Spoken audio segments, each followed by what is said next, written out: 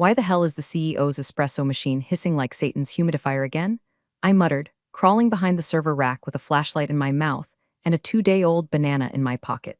That damn machine was wired into the same breaker as the HVAC for the East Wing, something I only found out after the great latte-induced power outage of 2011. Nobody ever documented that, of course. Nobody but me ever documented anything around here. But I knew, because I remember everything. That morning had started like every other for the last 21 years, me, Miranda Jean Harkins, unlocking the office door at 6:47 a.m., 23 minutes before official open, with the original brass key they gave me in 2002. I'd oil it twice a year. You'd be surprised how many executives can't turn a key if the lock squeaks. Assume it's broken, like their common sense. The cleaning crew had left gum in the sink again. Someone from product accidentally left sushi in the mini fridge over the weekend. The kombucha exploded. Not my job, technically. Not in any contract. But guess who scraped seaweed off a smart fridge with a laminated calendar and a plastic spatula? This gal. Some days I felt like the human version of duct tape. I held everything together in total silence. Got used exactly the same way. Only noticed when something broke.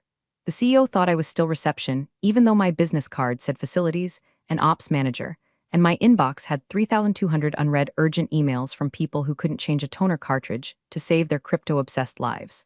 It got worse when they brought in that new HR director, Haley. Fresh out of grad school, all teeth and trends. She once asked me where the Ethernet plug went. I told her in the wall, sweetheart. Same place your job performance is headed. She didn't laugh. Now I ain't no TikTok guru, but apparently 97% of folks listening to these stories don't subscribe. That's like showing up to a potluck empty-handed and still going home with Tupperware. So go on, hit that subscribe button. Keeps the lights on and the petty revenge flowing. Back to the mess. I didn't go to fancy colleges. Didn't wear blazers that cost more than my truck. But I knew that building. Not like a property manager knows it, no. I knew it like you know an old dog. Which pipes moaned when it was gonna rain. Which thermostat freaked out when the humidity hit 70%. Where the fuse box creaked like a haunted dollhouse if you opened it too fast. I'd kept that company breathing through power surges, toilet floods, and 3 CEOs worth of poor decisions. And they just forgot. No recognition, no bonus, no handwritten notes from the board. Just once when I stayed late to personally unclog the women's restroom after someone dropped a badge in it, don't ask, the old VP of Finance gave me a half-eaten protein bar and said, "You're a saint, Marcy. My name is Miranda." At some point I stopped correcting them. I wasn't trying to be the hero. I just believed in doing things right. That lease, the one that let us squat in prime downtown real estate for 1/10 of the current market rate, I negotiated that back when we couldn't even get a landlord to return a call. Company had 5 employees and a fax machine held together with chewing gum. The founder asked me if I'd co-sign. Hell, I just put the whole lease under my name. Nobody else had the credit back then. I didn't mind. They were like family. Like most families, they eventually forgot who kept the lights on. You ever walk into a room you've spent decades managing and suddenly realize no one notices you unless the printer jams or there's a mouse in the break room? That was me. Invisible until shit hit the fan. Then suddenly I was everybody's grandma and janitor rolled into one. God forbid the AC stopped working. Then I was Queen Miranda, savior of sweat. So yeah, I kept showing up. Quiet, competent, unshakable like furniture. Then came that Monday. HR sent an all-staff email announcing strategic realignment opportunities, which in HREs is like a mafia boss saying, "Take a ride with us." My gut went cold. I'd seen enough CEOs cry into La Croix during layoffs to know what was coming. I was next. And I wasn't gonna cry. I'd already started remembering things they forgot they owed me. And this time, I wasn't gonna clean up their mess. The invite came at 4:58 p.m., just as I was scraping a dried burrito off the copper glass. Subject line, quick sync HR. No context, no warning, just a calendar event plopped onto my day like a turd in a punch bowl. I walked in the next morning, punctual as ever, wearing my gray cardigan with the hole in the elbow and a stain shaped like Delaware. The cardigan had seen 3 CEOs, 1 office fire, and a surprise baby shower that ended in divorce. It was my armor. Haley from HR was already seated in conference room B. She smiled like a stepmom from a Lifetime movie. Next to her, some guy from legal I'd never met before. Slick hair, slicker shoes, and a folder he wouldn't stop stroking like it had the cure for cancer inside. "Miranda, thanks for coming in," Haley chirped. "We wanted to have a little restructuring conversation." That word, restructuring, hit harder than a sack of hammers. I'd translated it for others, held their hands, covered their shifts. I knew the rhythm by heart. First came the smile, then the folder, then the apology that wasn't really an apology. "We're going in a new direction," she said. I stared at her. That direction wouldn't happen to include me in it, huh? Silence. Then a soft push of the folder across the table. Inside, a generic severance package with more red tape than a Christmas crime scene. 3 months' pay. NDA clause. Health insurance until the end of the month. How generous. The letter didn't even get my title right. Called me Miranda J. Hawkins. 21 years and they still couldn't spell my name. We're asking for your badge and keys today, the lawyer added, monotone. Also any company property in your possession. I took a breath that could have cracked drywall, and I reached into my bag and set the badge on the table like a poker chip. Next, the keys. All 11 of them labeled in my handwriting from 2002, back when I used to stay late to reprogram the door locks myself. You sure? I asked, eyes locked on Haley. She blinked. Sorry, you sure you want these? Last chance. She gave me that HR face, sympathetic, bland, fake as margarine. It's not personal. Sure it ain't, I muttered, standing. Just remember, you can't fire what you never understood. I walked out before I could burn the place down with my stare. The sun felt sharp on my skin. The sidewalk buzzed with noise, but I was numb. I didn't cry, not in front of them. Not after 21 years of cleaning their messes, fixing their machines, calming their interns during panic attacks. They wanted to forget me? Fine, but they forgot too much. I didn't drive straight home. I pulled into a Dunkin' lot, sat in the car with the /C off, and called Lenny. Lenny was my old neighbor's son, grew up mowing my lawn. Now he's a real estate lawyer with a Bluetooth headset permanently attached to his head and a nervous twitch when people say arbitration. He picked up on the second ring. Miranda, everything okay? No, I said, but it's about to be. You remember that lease we drew up in 02? A pause, then a low whistle. Oh, he said, that lease. Yup, do they know? I smiled for the first time that day. Not a warm smile, a dangerous one. They just asked for the keys, I said, so I think it's time I gave them everything they asked for. My house smelled like lemon pledge and old war movies, my way of staying sane. I dropped my bag by the door, kicked off my shoes, and walked straight to the hallway closet where I kept in case they try something stupid file. Never thought I'd actually open it, but here we were. Folder was hot pink, labeled in Sharpie. Lease 2002 Miranda only. I pulled it out with the same care you'd use for disarming a bomb. Inside, original lease agreement, 7 amendments, a receipt for the rug I bought for the lobby before we could afford furniture, and 3 post-it notes with doodles from the founder's kid, back when the office was a single room above a Thai takeout joint. 21 years ago, they couldn't get a lease if their lives depended on it. No credit, no revenue. 1 laptop and a fax line that made a sound like a dying raccoon. The founder, Randy, sat across from me at Denny's and said, Miranda, if you don't co-sign, we'll be working out of my garage. My wife will kill me. I didn't co-sign. I signed the whole damn thing myself. Just until we get on our feet, he said. We never had that conversation again. Because after that, it was always me who renewed the lease. Me who dealt with the property manager. Me who coordinated the HVAC installs, the carpet replacement, the weird smell in Suite B that turned out to be a dead squirrel inside the insulation. They never took my name off the lease. Never even asked. I sat at my kitchen table, cracked open a Diet Dr. Pepper, and started reading like my dignity was buried somewhere in that fine print. Page 12. Section 9B. Renewal of lease term shall require written notice from the lessee no later than 30 days prior to expiration. I blinked. Read it again. Then I checked the expiration date, August 1st. Today was August 3rd, 2 days too late. They hadn't renewed. Hadn't even emailed. Not a peep from legal, not a word from Haley, not a single panic call about zoning or rental terms. They were so busy patting each other on the back and playing musical chairs with titles that they missed the most important deadline in the company's physical existence. I sat back in my chair. A long, slow grin crawled across my face. The kind of smile you wear when you realize the universe just handed you the keys to the kingdom. It wasn't just that they fired me. It was how they fired me. Like a smudge on a window. Like I was just some disposable middle-aged woman with a binder full of obsolete trivia. But see, my trivia ran the damn building. They forgot I was still the lessee, the legal tenant, and now they were squatters with espresso machines. I picked up my phone and started scrolling. Insurance policy, still in my name. HVAC contract, renewed last year under my direct email. Cleaning services, only showed up because I Venmo'd the manager once a month under Building Freshness Fund. Utilities? Routed through a business account I opened with the city in 2005, back when the power cut out every time someone used the microwave and the printer at the same time. Everything that mattered still ran through me. I could warn them. I could send an email. Forward the lease terms with a subject line like, hey, forgot something. That's not what they would have done if the roles were reversed. No, if the shoe was on the other foot, they'd be halfway through replacing me with a younger model who doesn't know how to reset the circuit panel without Googling it. So I closed the lease folder. I poured another Dr. Pepper. And I decided for the first time in 2 decades to shut the hell up. Let M feel the silence. Let M find the edge when they walk off it. Let the espresso machine be their first clue. Because now they were trespassing.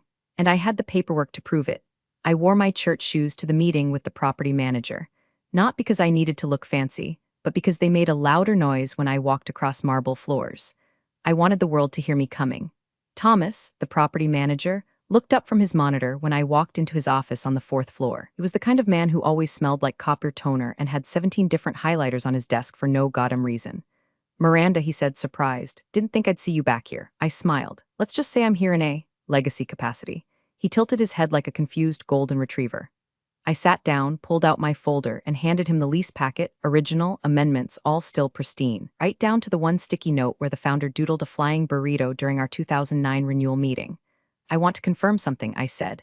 There was no written renewal request submitted by July 1st, correct? He blinked, started clicking away at his keyboard like it owed him money. No, not from the company. Nothing logged in the system. I assumed they were going month to month while they worked out a new deal. We hadn't heard anything official. I nodded, calm as a tombstone. Good, that tracks, because under Clause 9b it converts to month-to-month tenancy if no notice is received. Thomas leaned back. His chair creaked like an old knee. Technically, yeah, that's correct.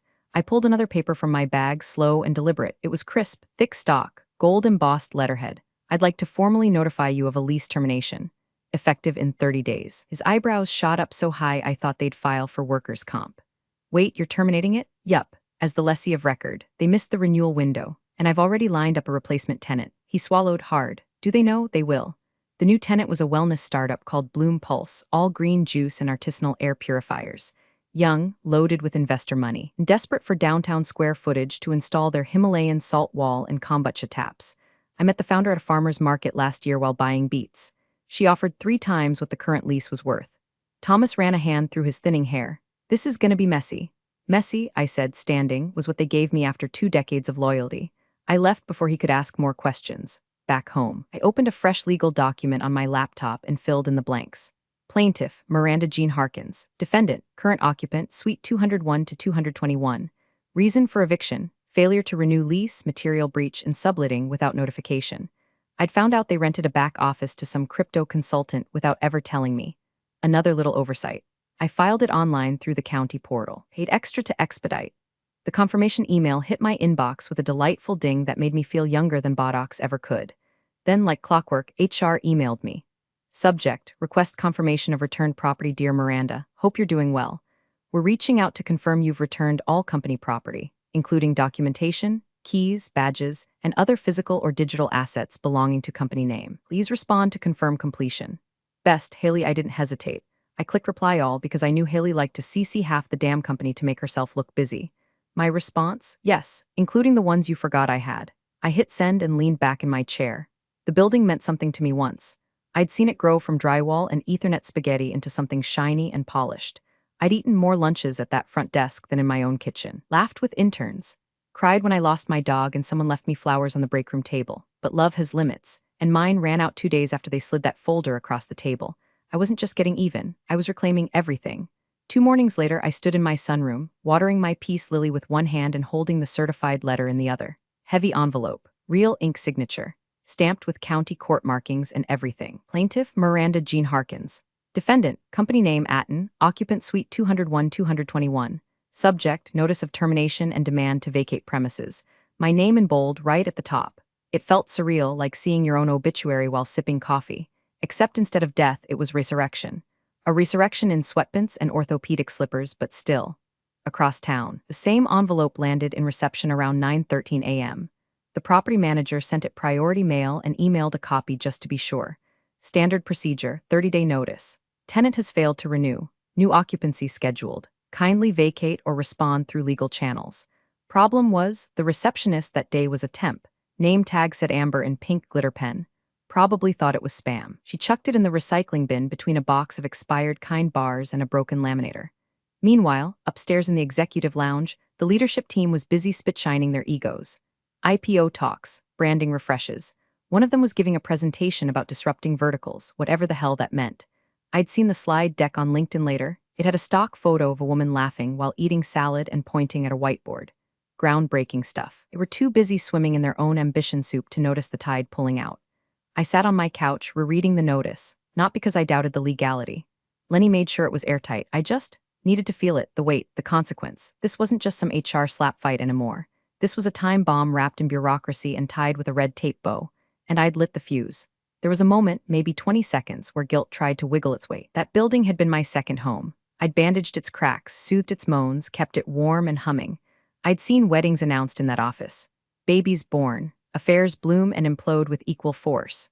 It meant something once. But now, It was just a box full of people who thought legacy meant slow.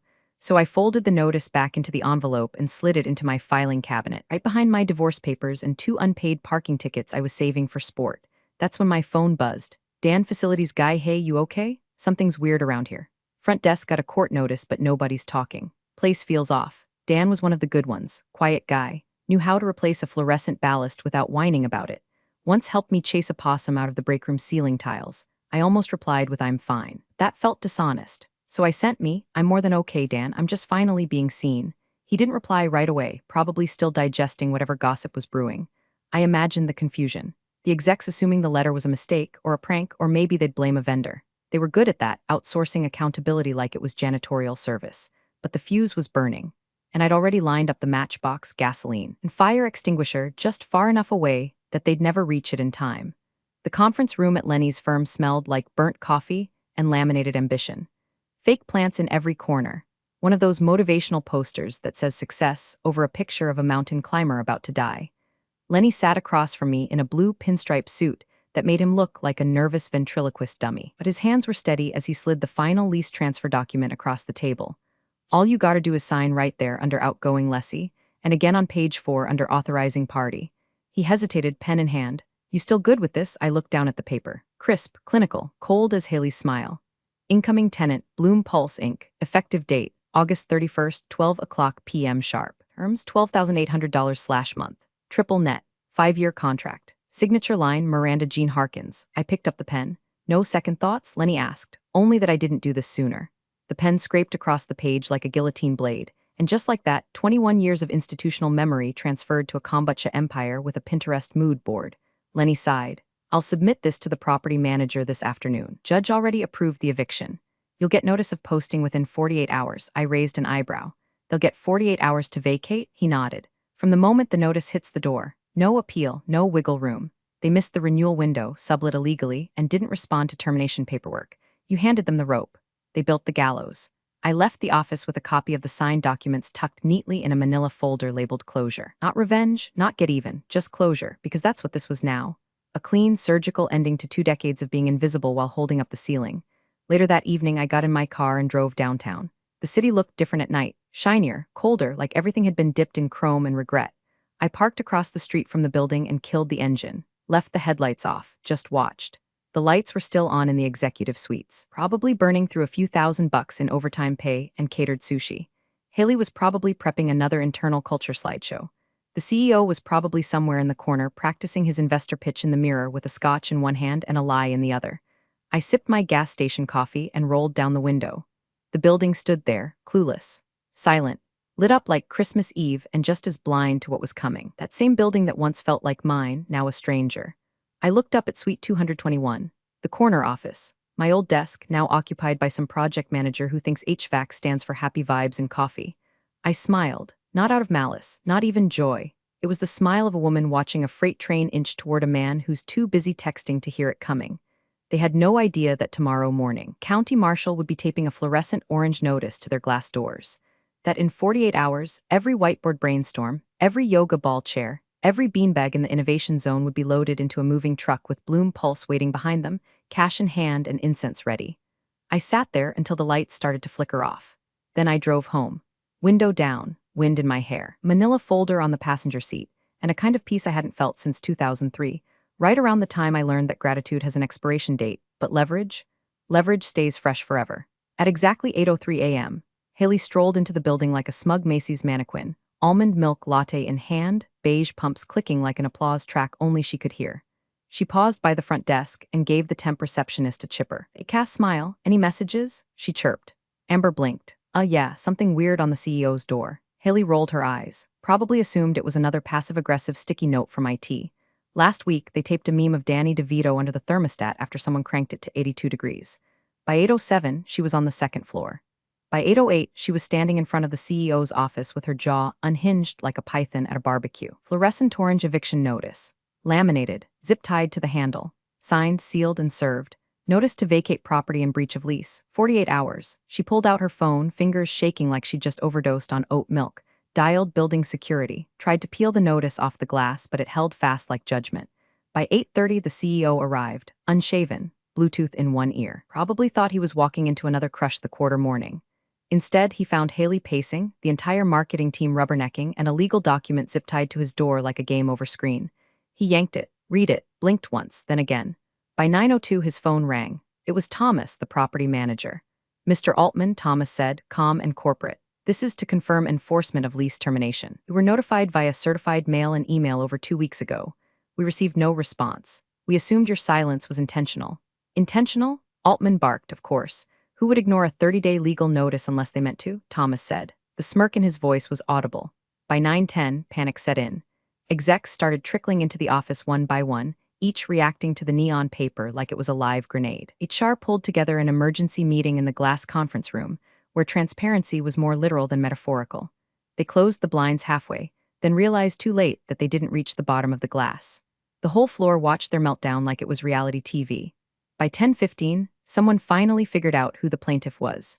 Haley opened her laptop, pulled up the scanned court documents attached to the emailed copy they'd ignored. There it was, plain as day. "Plaintiff, Miranda Jean Harkins." "Wait, Miranda?" she whispered. Dan from facilities, bless him, nodded solemnly in the break room. "Told you something was weird." Meanwhile, I was home in my sunroom, tea steeping, cat on my lap, phone buzzing like a beehive. Lenny texted first. "Lenny, it's done. They called building security. Marshall's coming tomorrow. You're a legend." Then Dan, "They look like ants in a microwave. Proud of you." Then the local biz blog posted a headline: "Downtown tech firm evicted amid lease dispute.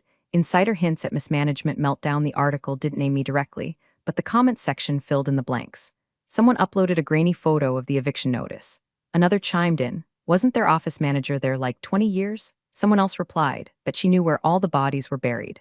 I sipped my tea. I'd been buried under thankless tasks and invisible work for 2 decades. Nobody gave me flowers on admin day.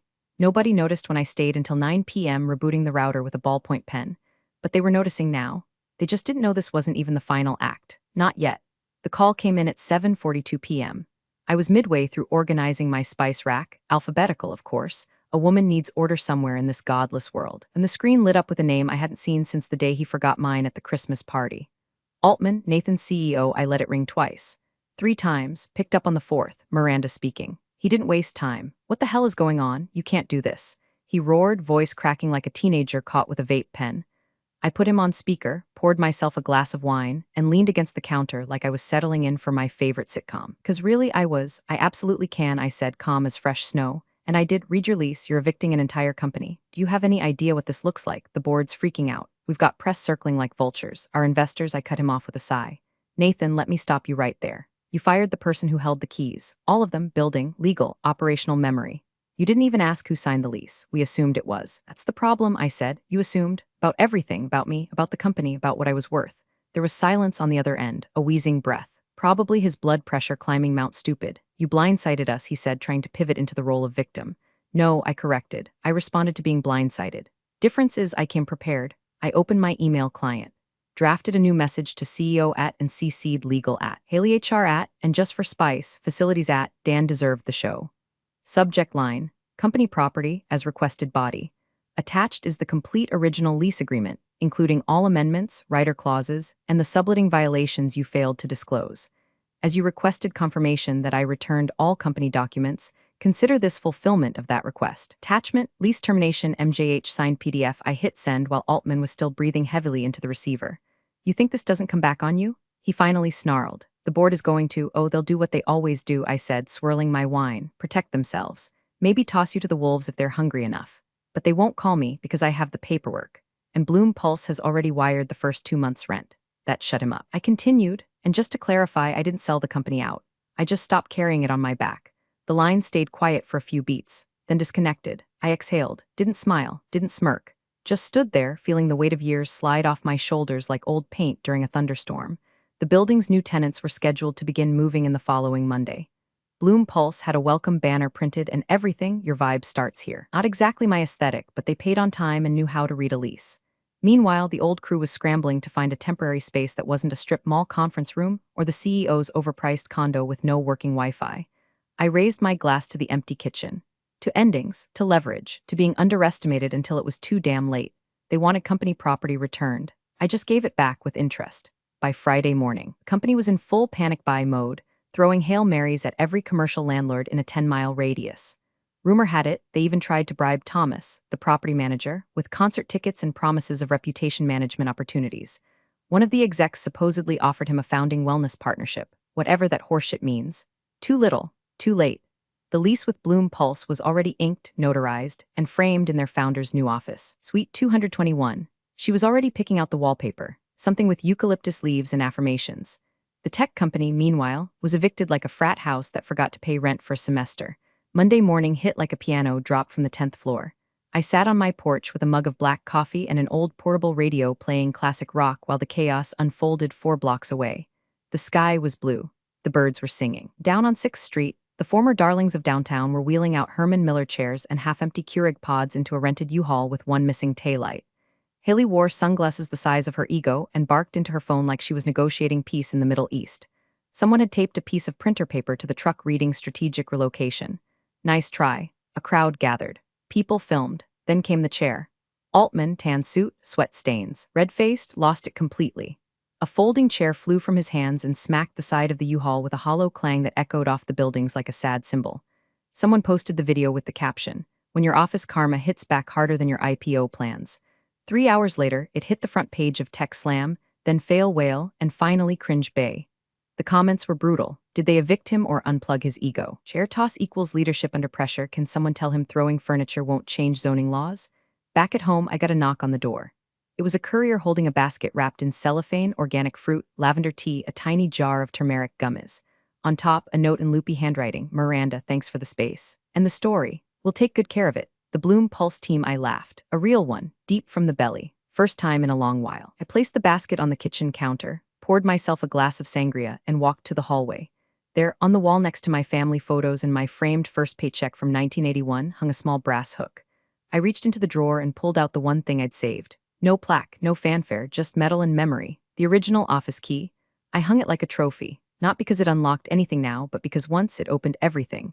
And now, it closed the chapter exactly how I wanted, quietly, legally, permanently. Appreciate you sticking around, you legends of the break room. Subscribe for more chaos. Let's make your old managers spill their coffee in fear.